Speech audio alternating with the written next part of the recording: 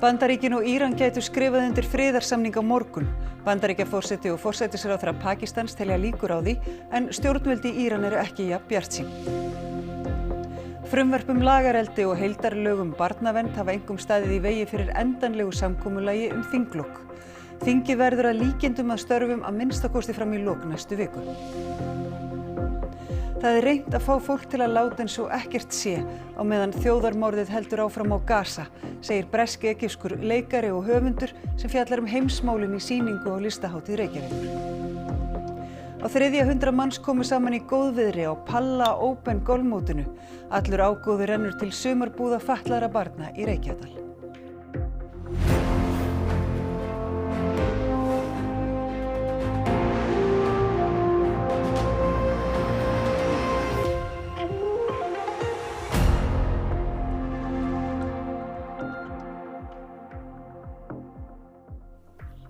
Gott kvöld.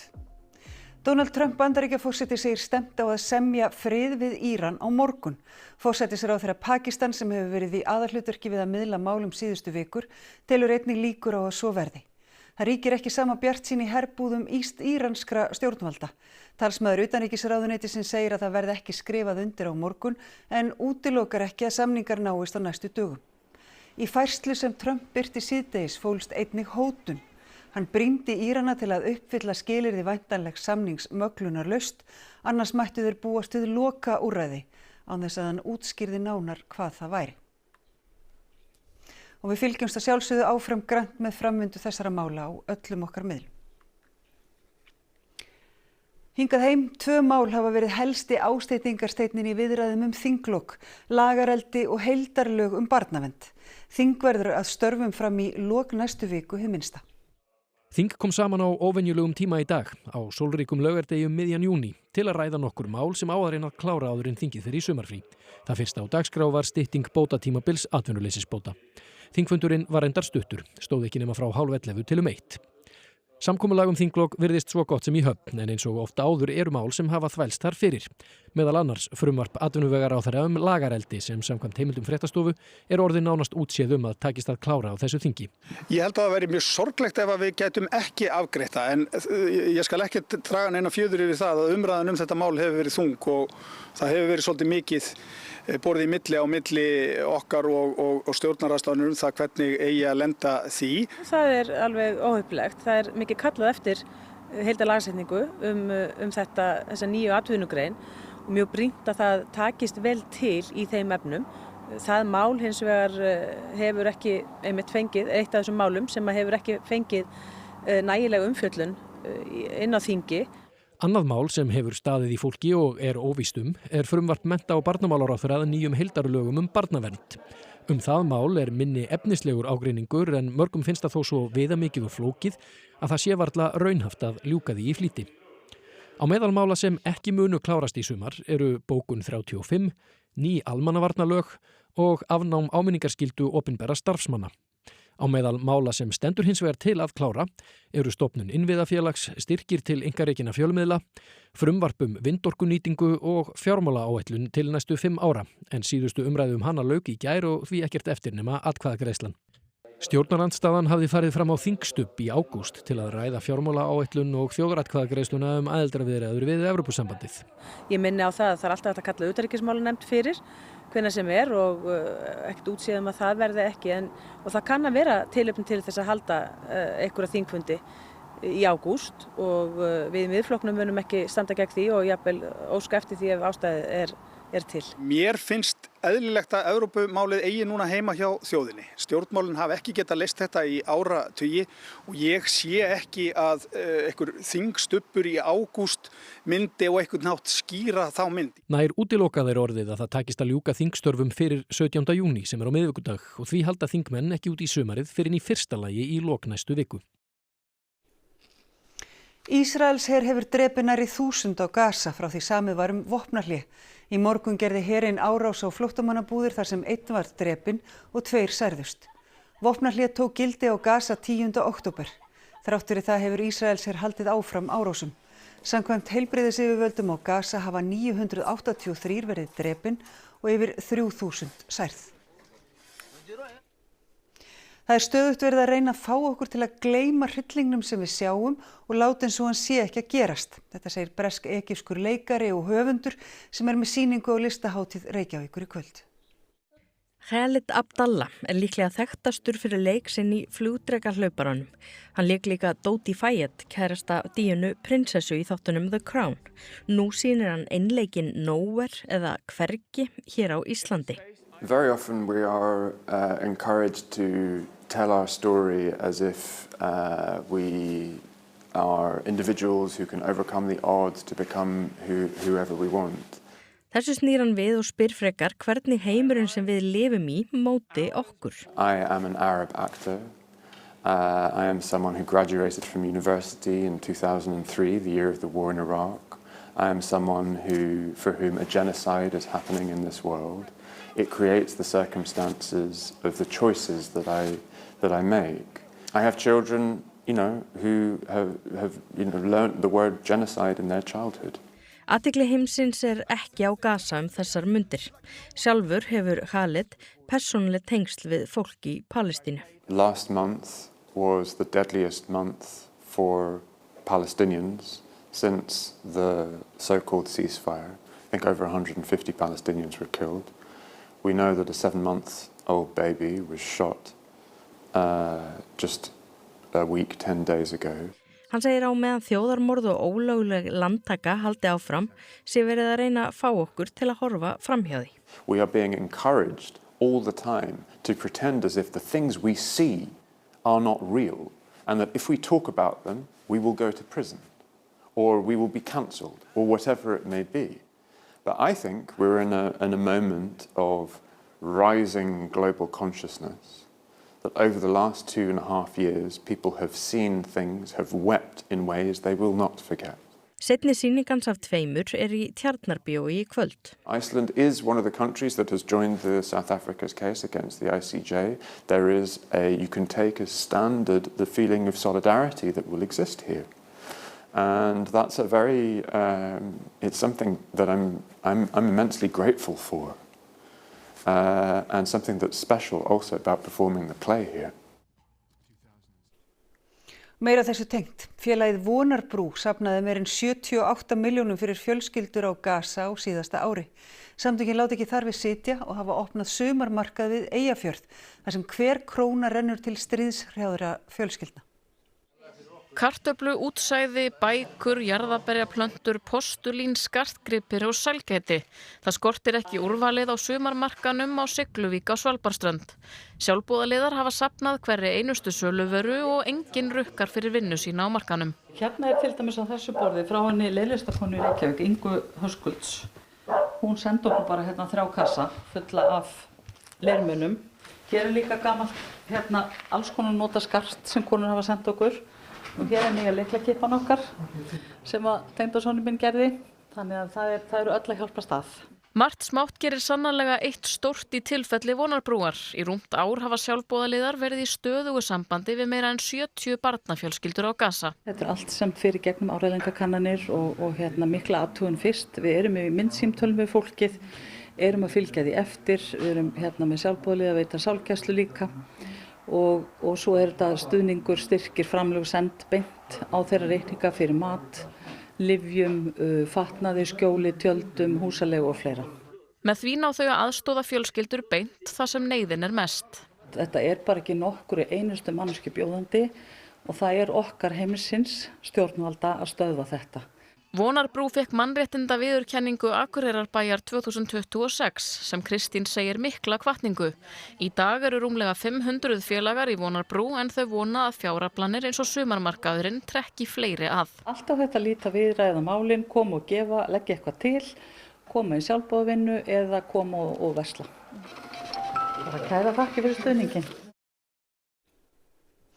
Landhelgisgæslan hélt í dag upp á 100 ára afmæli sitt. Hélt opið hús í flugskýlinu á Reykjavíkurflugvelli.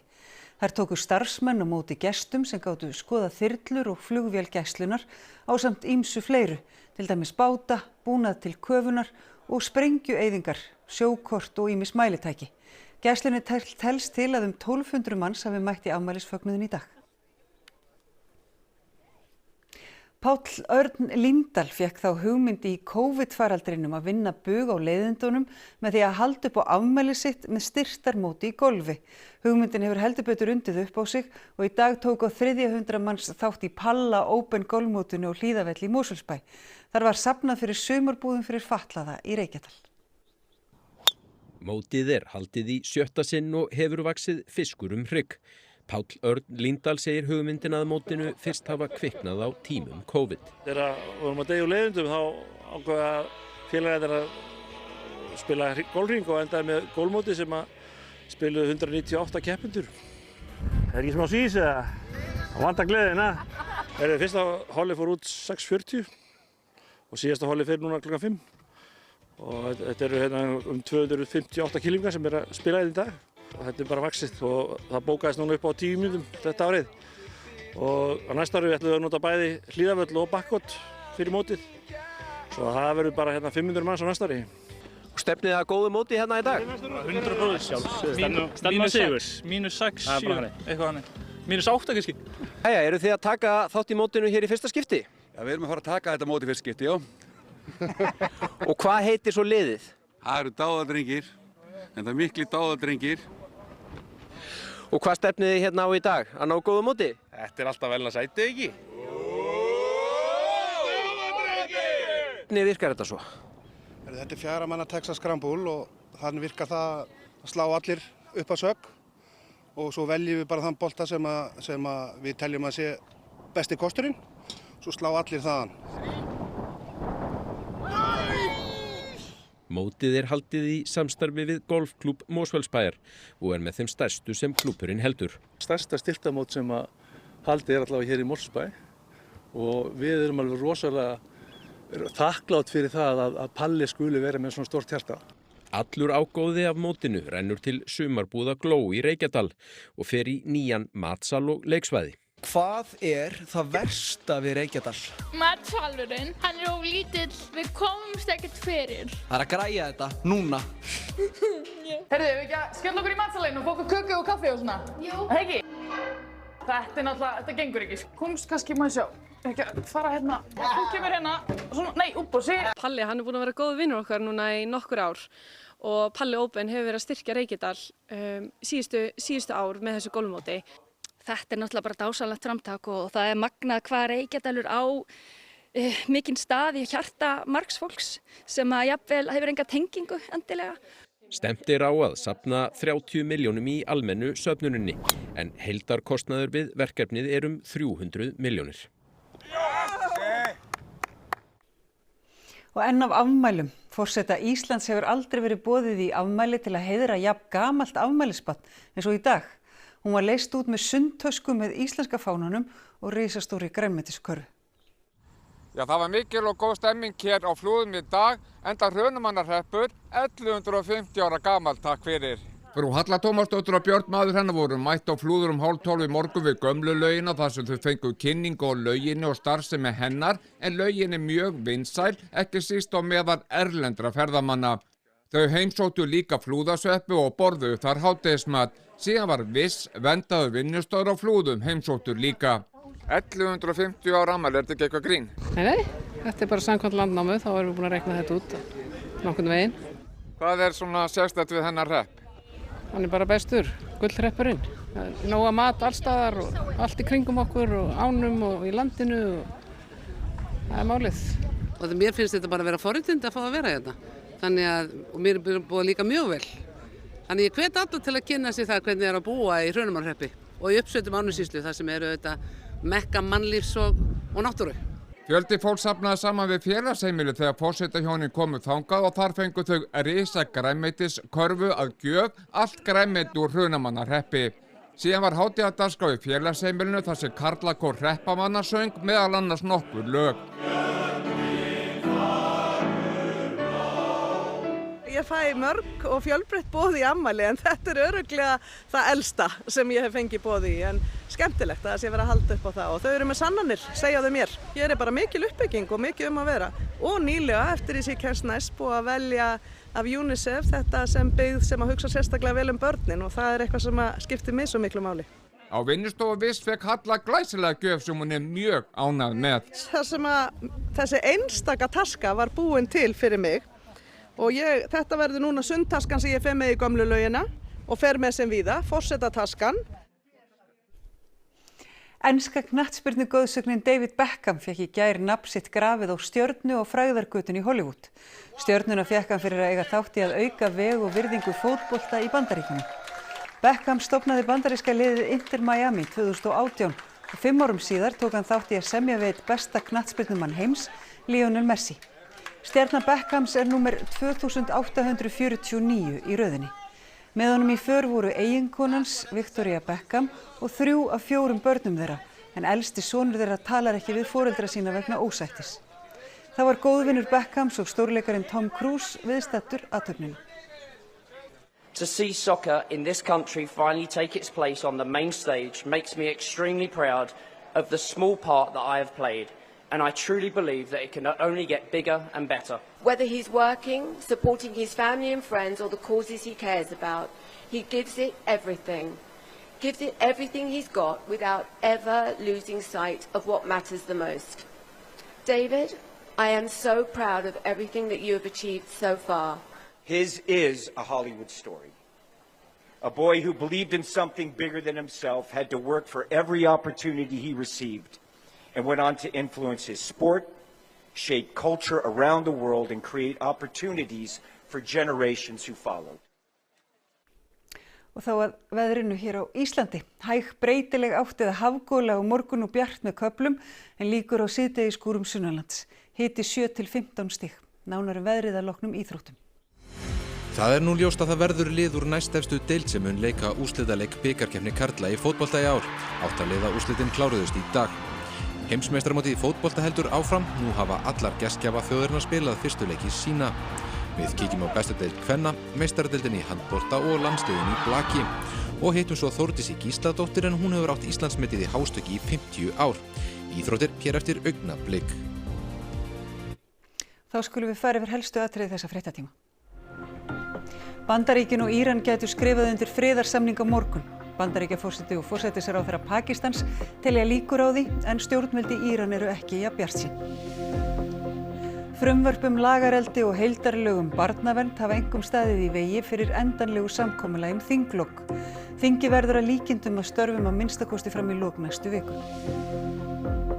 Það reynt að fá fólk til að láta eins og ekkert sé á meðan þjóðarmorðið heldur áfram á Gaza, segir bresk-egypskur leikari og höfundur sem fjallar heimsmálin í sýningu á Listahátíð Reykjavíkur.